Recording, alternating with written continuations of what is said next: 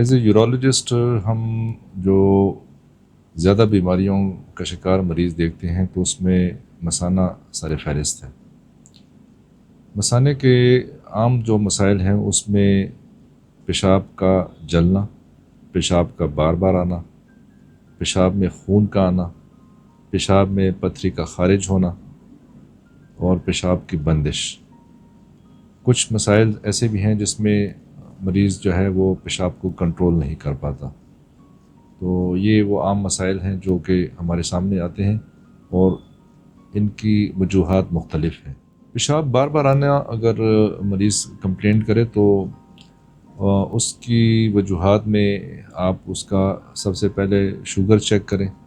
اس میں عمر کی قید نہیں ہے، بچوں میں بھی شوگر ہو سکتی ہے۔ اور پیشاب کا انفیکشن، پیشاب میں کی نالی میں، مثانے میں، پیشاب کی نالی جس کو ہم یوریٹر کہتے ہیں اس میں پتھری، یا گردے میں پتھری، یا گردوں میں یا یوریٹر میں یا مثانے میں انفیکشن۔ اور کچھ کیسز میں اگر مریض کی اس میں گوشت بڑھ جائے مثانے میں تو اس میں بھی پیشاب بار بار آتا ہے۔ اگر خدا نخواستہ کینسر ہو مریض کو مثانے کا تو اس میں بھی مریض بار بار پیشاب کی شکایت کر سکتا ہے۔ جلن پیشاب میں جو ہوتی ہے اس کی ایک بڑی وجہ مثانے کا انفیکشن ہے، جو خواتین میں زیادہ ہوتا ہے، مردوں میں بھی ہو سکتا ہے۔ پھر انفیکشن کی اپنی کازز ہیں، جیسے کہ اگر مریض کو شوگر ہے تو اس میں انفیکشن کا خطرہ زیادہ ہوگا، یا اگر اس کو پتھری ہے تو انفیکشن کا خطرہ زیادہ ہوگا۔ تو اگر مریض کسی وجہ سے پانی نہیں پی رہا یا ڈی ہائیڈریشن ہے اس کو، اگر یہ وجوہات جو میں نے بیان کی ہیں اگر یہ ہوں تو پیشاب میں جلن ہوگی۔ اور پیشاب اگر بچہ ہوگا تو پیشاب کرتے ہوئے وہ روئے گا، اور اگر ایڈلٹ ہوگا تو اس کو تکلیف ہوگی پیشاب کرتے ہوئے، جس کو ہم ڈسیوریا کہتے ہیں۔ ہاں، ایک بیماری جس کو ہم انکانٹیننس کہتے ہیں، جس میں مریض پیشاب کنٹرول نہیں کر پاتا، اس میں اگر کسی وجہ سے پیشاب میں رکاوٹ ہو، اگر مریض کا پیشاب بند بھی ہو جائے، مثلا اگر اس کو پراسٹیٹ کی شکایت ہو تو اس میں بھی بعض اوقات مثانہ اتنا بھر جاتا ہے کہ وہ پیشاب کنٹرول نہیں کر پاتا اور جو پیشاب ہے وہ خارج ہونا شروع ہو جاتا ہے، جس کو ہم اوور فلو انکانٹیننس کہتے ہیں۔ کچھ اور بیماریاں جو کہ مثانے کی اپنی جو اس کے پٹھے ہیں ان کی بیماریاں ہیں، جس طرح نیوروجینک بلیڈر ہو گیا، اس میں بھی مریض پیشاب کنٹرول نہیں کر پاتا۔ بچوں میں پیشاب نہ کنٹرول کرنا ایک ناکچرنل انیوریسس، جس کو بیڈ ویٹنگ بھی کہتے ہیں، جس میں بچہ رات کو پیشاب کنٹرول نہیں کر پاتا اور وہ بیڈ میں کر دیتا ہے، تو وہ بھی ایک بہت کامن بیماری ہے۔ اس میں مریض جو ہے اس کو تسلی دینی پڑتی ہے، اور یہ ایک ایسا ہے کہ اس کی جو کنٹرول پاور ہے، کنٹرولنگ پاور، وہ تھوڑا سا ٹائم لیتی ہے۔ تو اس کے لیے کچھ میڈیسن بھی ہیں جس سے وہ جلدی کنٹرول کر پاتا ہے بچہ۔ تو بچوں میں ہم اس پہ زیادہ پریشان نہیں ہوتے، لیکن اگر بڑوں میں یہ ہو تو اس کی ٹریٹمنٹ لازم ہے۔ پانی پینا ایز اے ہول اچھی عادت ہے۔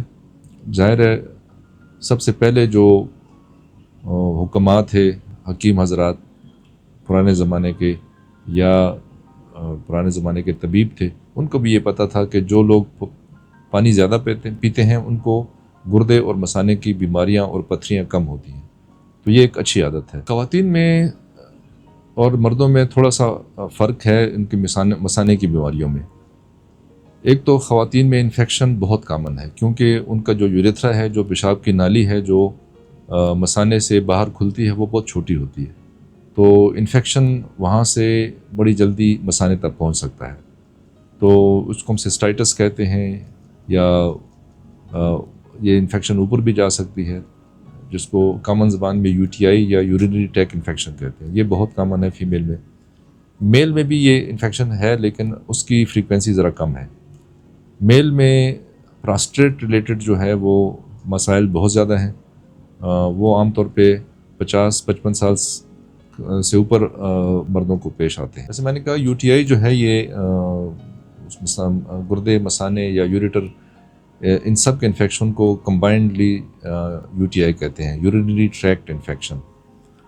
تو بچاؤ کا یہی ہے کہ آپ پانی زیادہ پئیں، اور اگر کوئی کاز ہے آپ کی، فرض کریں اگر آپ کو شوگر ہے تو اس کو آپ کنٹرول رکھیں، اپنی ہائیجین کا خیال رکھیں، اور اگر پتھریاں ہیں اس کی ٹریٹمنٹ کریں، تو عام طور پہ آپ UTI سے بچ سکتے ہیں۔ ہاں، ضروری نہیں ہے کہ ہر علاج جو ہے وہ سرجری کے ذریعے ہو، تو جس طرح باقی بیماریوں میں آپ پہلے میڈیکل ٹریٹمنٹ دیتے ہیں، اسی طرح UTI بھی عام طور پہ ٹریٹیبل ہے میڈیسن کے ذریعے، لیکن اگر اس کی کاز سرجیکل ہے، فار ایگزامپل اگر پراسٹیٹ بہت بڑا ہوا ہے اور وہ پیشاب پورا خارج نہیں ہونے دے رہا، تو ظاہر ہے آپ کو اس کو ہٹانا پڑے گا، اگر وہ میڈیکل ٹریٹمنٹ سے الاؤ نہ کر رہا ہو پیشاب کے اخراج کو۔ اسی طرح اگر مثانے میں اگر خدا نخواستہ ٹیومر ہو، بلیڈر ٹیومر ہو، تو اس کو بھی آپ کو ہٹانا پڑے گا۔ انکنٹینیوس جس طرح میں نے آپ کو کہا، یہ میل میں بھی ہو سکتا ہے، فیمیل میں بھی ہو سکتا ہے۔ ایک نیوروجینک بلیڈر ہے جس کی جو نرو سپلائی ہے وہ مثانے کی وہ افیکٹ ہو جاتی ہے، جس طرح اگر کسی کو اسپائنل کارڈ کی انجری ہو جائے تو اس سے اس کا مثانے کا کنٹرول ختم ہو جاتا ہے اور وہ پیشاب کنٹرول نہیں کر پاتا، تو اس کے پھر اپنے طریقے ہیں اس کو ٹریٹ کرنے کے۔